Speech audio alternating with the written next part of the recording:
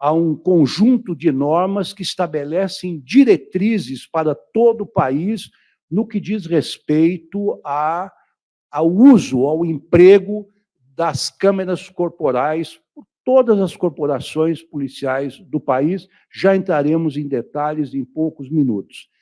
Esta portaria é editada com fundamento, basicamente, na lei do SUSP, que é a Lei 13.675, de 11 de junho de 2018, que confere competência ao Ministério da Justiça e da Segurança Pública para elaborar diretrizes do ponto de vista da segurança pública, e as diretrizes, no que diz respeito às câmeras corporais, se insere dentro desse quadro. Portanto, nós entendemos que, num assunto tão controvertido, que desperta tantas dúvidas, era importante e é importante que nós estabelecêssemos diretrizes únicas para todo o país. As questões técnicas de que dizem respeito às câmeras corporais.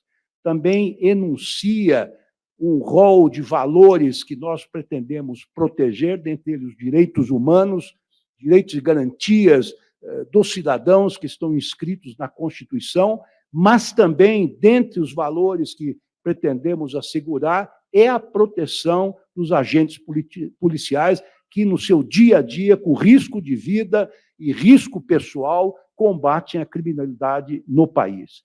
Então, esta portaria estabelece diretrizes. Diretrizes são normas gerais sobre o uso de câmeras corporais pelos integrantes dos seguintes órgãos de segurança pública. Então, Polícia Federal, Polícia Rodoviária Federal, Polícia Penal Federal, polícias militares dos estados e do Distrito Federal, corpos de bombeiros militares dos estados e do Distrito Federal, polícias civis dos estados e do Distrito Federal, polícias penais dos estados e do Distrito Federal, peritos de natureza criminal dos estados e do Distrito Federal e guardas municipais. Há um parágrafo único também que estabelece que essa portaria aplica-se também à Força Nacional de Segurança Pública e à Força Penal Nacional. Peço, então, àqueles que me auxiliam, então, vamos ainda para o artigo 2º, depois passamos para o artigo 10, depois vamos para o artigo 8º. O artigo 2º, volta, por favor, diz o seguinte: o repasse de recursos do Fundo Nacional de Segurança Pública e do Fundo Penitenciário Nacional para implementação ou ampliação de projetos de câmeras corporais para os órgãos de segurança pública dos estados, do Distrito Federal e dos municípios está condicionado à observância das diretrizes estabelecidas nesta portaria. Evidentemente, nós que somos deste ramo da segurança pública, e a grande maioria juristas, sabemos que nós vivemos numa federação, isso está consignado logo no artigo 1º de nossa Carta Magna, os estados têm autonomia para se auto-organizarem nesta área, ou seja, no que diz respeito à segurança pública. No entanto, todos aqueles que quiserem fazer uso dos recursos do Fundo Nacional de Segurança Pública ou do Fundo Nacional Penitenciário terão que se adequar a estas diretrizes para a compra das câmaras corporais. Então, vejamos aqui, no que me parece mais importante, aquilo que dispõe o artigo 10º desta portaria. É uma portaria longa, que tem mais de 20 artigos, mas, então, o artigo 10 diz o seguinte: é muito importante que os senhores atentem para isso.